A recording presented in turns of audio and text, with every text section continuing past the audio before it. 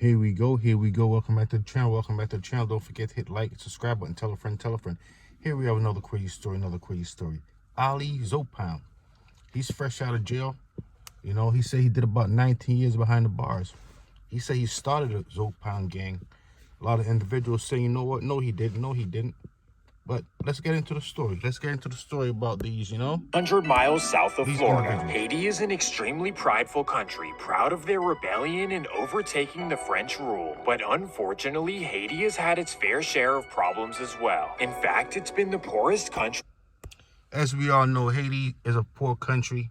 You know, they said Haiti's become very popular because they were the first individuals, to overthrow the slave masters. And ever since then, they said it's been a downward spiral for Haiti ever since then. Supposedly, I don't know. The Western Hemisphere since the 1960s. Sadly, over 80% of the population lives below the poverty line. So starting in the 60s and 70s, many Haitians began fleeing the country. Some went to France and Quebec, but the vast majority settled in the nearest city they could. Miami-Dade County, Little Haiti, I guess they're all the same in a sense, but not really.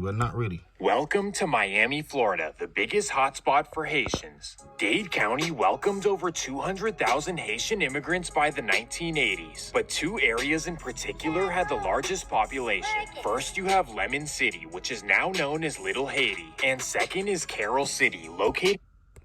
As I said, there's so many Haitians in Haiti. At one point in time, they had to change the name to Little Haiti. Carroll City is also another popular place where a lot of Haitians, reside. A lot of these Haitians, what they did, they came to America, but what a lot of them started doing, unfortunately, they started participating in a whole lot of criminal activities for whatever reason. Northwest of Miami proper. These were two of the most affordable areas in South Florida, but they were also some of the roughest. By many accounts, life was really difficult for Haitian families early on. Firstly, the parents spoke no English, which made finding employment pretty difficult. And most importantly, the teenagers were bullied for their accents at school. For teenagers in Little Haiti, they So basically, this is how the Zopound gang started. They're a very respectful gang in the prison system. Imagine that. In the prison system. Edison High, probably one of the roughest schools in Dade County. Here they faced off with local sections like the Sap Boys, who often pushed them around. So eventually the Haitian teenagers got together and started the Sap Boys. At first it was all about unity and protection at school and in the neighborhood. The Sap Boys were started by a man named Jimmy Casimir, also known as Macazo. Mac was fierce, tough, and not scared. Macazo. They're saying he started a Zopound gang, doesn't matter. He's just another, incarcerated individual, But Ali Zo said he started it, doesn't matter. One thing all these individuals had in common, instead of living productive life, they don't. They live unproductive lives for whatever reason. He took over Little Haiti. Well, the same phenomenon was taking place at Carroll City High School, another rough place to be. There, a young man named Ali Adam, also known as Zo, got all of his community together. He knew that without protection... So Ali Zo said he's the one who started Zopound, doesn't matter. It doesn't matter. We're going to see. Don't forget to hit like, subscribe, and tell a friend. It's crazy. I mean, one of those things. Let's continue on. Haitians were toast in the rough streets of Carroll City, so therefore he started the Carroll City Haitians, also known as CCH. Ali Adam was tough as nails, from the same cloth as Macazo. Well, after high school was done, they both wanted to make some money. Ali Adam and Macazo both had crazy ambition, just went about it in completely different ways. We start off with Ali's life in Carroll City. This guy... They said Ali... Don't forget, he's fresh out of jail right now, and he's basically saying, when he was out on the streets, he was making millions of dollars. He was driving around the fanciest cars. He was living the best life. And unfortunately, he went behind the bars, and I guess he's probably trying to, continue on where he left off. highly intelligent and truly wanted to build wealth for him and those around him. So early on, Ali got heavily involved in the game, if you know what I mean. He was able to stack up a good amount of money over the first few years, but his goal was to eventually get out of this life and become a legitimate businessman. To do this, he made sure to keep as low-key as possible and to work his side hustles as well. But Ali Adam was not the only one getting money. But unfortunately, you know, it was all taken away from him. You know, it's one of those things. You know, they said it's just one of those things. Zoe was getting money as well, except he was wild and reckless. Mac was no businessman. Instead, he loved hitting licks with his crew. So the Sable Boys became known as the slimiest crew in Miami. So for this reason, Ali Adam always stayed away from Maca Zoe. He knew that they could either set him up or bring the wrong attention to his organization. But then came the summer of 1990. The year that changed everything. For whatever reason, the Sap Boys believed that Ali Adam had taken sides with Maca Zoe. This was not true. Regardless, this is what they believed. July 6th, 1990. The Sap Boys gear up and take a trip to Carroll City. They pull up to CCH's infamous block on 27th, and there they spot multiple members hanging out. You know, don't forget, this only for entertainment purposes. That's it. Unbelievable. Thankfully, everyone was okay, but regardless, Ali Adam was definitely pissed. He had done his best to avoid this nonsense, but now he knew that he needed to gear up. So the next day, he did something that he never thought he would do. He called up Maca Zoe and asked for a meeting. Maca Zoe was excited and accepted it on the spot. So the next day, Ali Adam and his trusted associates pulled up to Maca Zoe's headquarters. During the meeting, Ali explained the situation and why he needed Maca Zoe's help. His headquarters. I guess he was doing it on a major scale to have a headquarters. Imagine that. Unbelievable. He has his own headquarters. Story short, they came to an agreement to join together as one. Ali was the brains and moneymaker, and Maca Zoe was the cold enforcer. It was the perfect yin-yang situation with all of the grounds covered. Now, all they needed was a name, which took a while to find. Finally, in 1993, a top member named Chubb came up with a name. While all of the members were hanging out, a song by the Dog Pound came on the radio. Randomly, Chubb yelled out, "F the Dog Pound, this is the Zoe Pound." Zoe is a Creole word for bone, which represents toughness and strength. All of the members instantly loved it, and it officially became their new name. Welcome to the Zoe Pound. Now let me explain how they operated. So we got a chance to figure out who created the Zoe Pound. It doesn't matter about the name. Doesn't matter. But I guess these individuals, they take pride in who created it. Doesn't really matter. Only thing we do know for certain, these individuals are notorious criminals. That's the only thing we do know for certain. The Zoe Pound only represent the Haitian flag. This way, police could never identify them or see them as suspicious. On top of this, hand signals and Zoe Pound tattoos were not allowed. All of this makes Zoe Pound members hard to identify from regular civilians. And this worked in their favor because for a long time, they remained under the radar. All of this while being the most dangerous in the whole state of Florida. And I'm not just saying that because the numbers back it up. The Sap Boys versus Zoe Pound rivalry got really deep.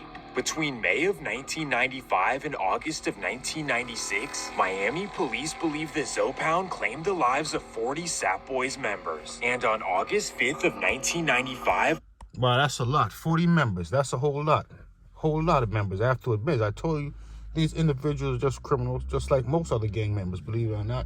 Doesn't really matter what they call themselves. They usually participate in the same things, unfortunately. Lee and Maca Zoe were arrested for 18 of these bodies.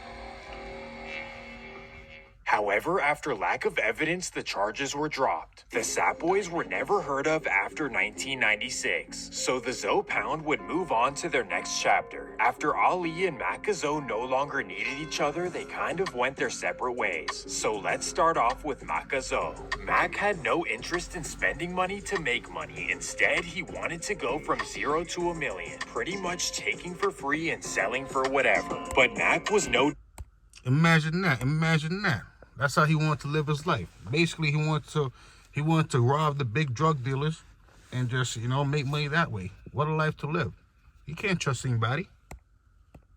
In fact, his operations were pretty intricate, so let me explain what he did. Since the 1980s, the port of Haiti became the stopping point for ships between Colombia and Miami. And if you know anything about what can be shipped from Colombia to Miami, then you know what I'm talking about. Well, when these ships were filled with you-know-what, the Colombians would tip off the Haitian port workers to... They said a lot of these individuals, what they used to do, they used to transport, exchange like guns for drugs and stuff like that, unfortunately. So because of this, the workers knew what ships were containing what and when they were arriving in Miami. Well, by this time, the Zo pound had spread to Haiti, and I hope you know where I'm going with this. Makazo was able to get Zo pound members to work at the port, so the workers would inform Makazo anytime a dirty ship was coming to shore. They said Makazo is the one who told Rick Ross to go get his job as a correctional officer. That's what Ali Zo said, allegedly. Imagine that. It was a real organized criminal organization. 1997.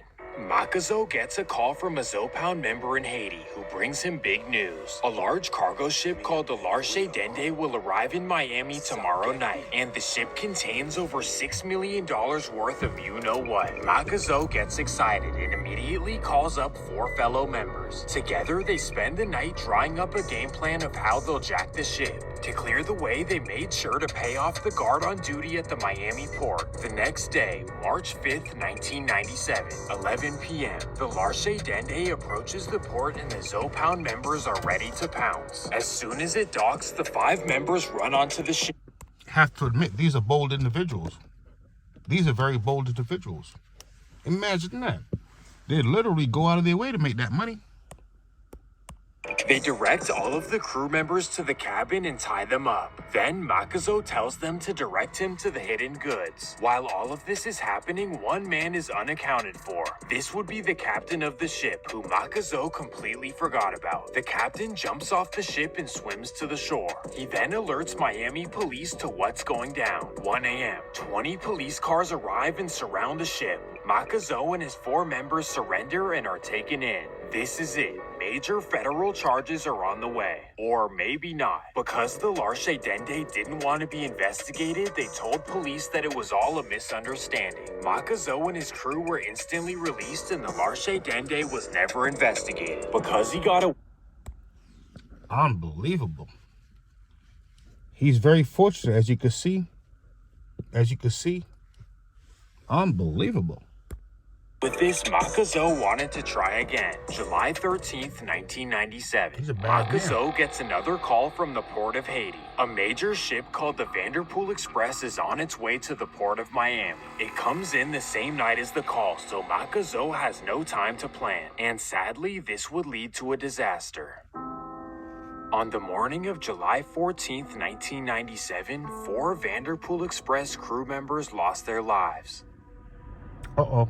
Somehow, Makazo's charges were dropped again. However, he would be arrested for another similar case a month later. And after a long trial, Makazo and his fellow members received life sentences. These incidents gave Zo Pound a terrible reputation and actually had further consequences. It ruined all of the business that Ali Adam was conducting. So by 1999, Ali retired from the lifestyle and chose a different path.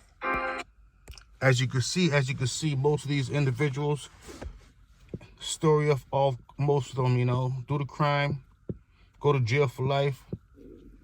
Then younger individuals do pick up where they left off from. It's a terrible thing.